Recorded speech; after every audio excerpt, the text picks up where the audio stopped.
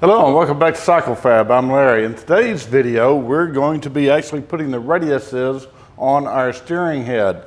Now, the way I have the mill set up right now, this is what's called a rotary table. And any of you who owns a mill probably already knows what this is or already has one. Now, my end mill, is sitting directly over the arch center.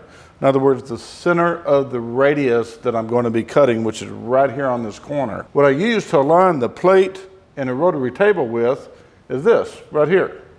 This is just a simple plug, an alignment plug, and the small part of it lines up with the rotary table, and the large part goes through the hole in the plate. I have 4 holes, top plate, bottom plate, 2 holes apiece, and this plug just goes in each hole, lines up with that. Then I offset my table in X to start cutting on this corner right here and just take it down. Now there's some lines drawn out that mark the center of this hole as far as on the side and on the top. And basically what I'll do is I'll just keep cutting until I get down to those lines, call it good, then go to the next hole, so on and so forth. And I'll also do the same thing on the stem hole in the back. Hey, if you guys like this video, then please give me a thumbs up, subscribe to my channel, and go ahead and hit that notification bell too, so you know when my next videos are coming out. In case any of you are wondering, I'm taking 100,000th depth of cut every time that I rotate this table. And it does not literally take 100,000ths at the whole radius. It's only at the apex that it does it until it gets down to the final cut. The actual cutting on this really does not take much. It does not take long at all.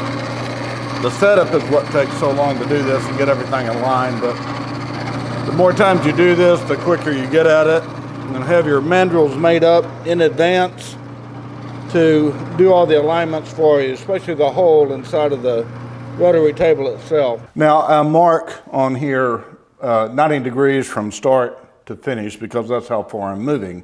From the very top of the circle or the fork hole to the side of the fork hole, which is 90 degrees.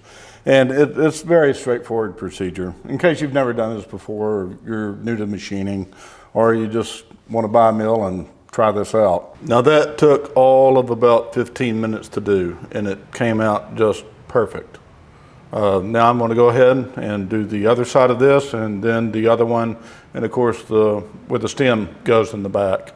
Once you get the setup done, knocking off the corners and doing it in a nice fashion, in other words, where everything comes out the way you want it to, is straightforward, very easy, very quick. These rotary tables are a necessity for me when it comes to making these. I love this thing. I've got this elevated with a 1/2-inch piece of aluminum, and it just bridges my part off because I don't want to cut into my table, that's for sure. So that way I'm able to go past my part with my end mill and also stay above it on the top side. After you get your major radiuses cut around your fork tube area, this area right in here, like we just got finished doing, then you want to come back and take all your cuts to your lines, your scribed lines, in other words, your finish point, which is what I'm doing right now. And also your relief cuts, like this cut right here, that's on the bottom side of the top plate. Okay, now I'm going to change the end mill out and put this corner chamfer in there, right here. And what this does is it puts a nice little radius right here on the edges, because that's awful sharp. And also I'll do it to the bottom plate as well.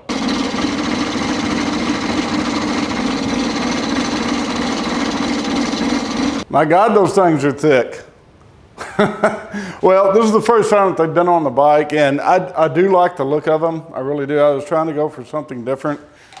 Now, when I ordered this material, I could only get it in this thickness, and I was like, hey, whatever. I want to go ahead and keep it, see what it looks like.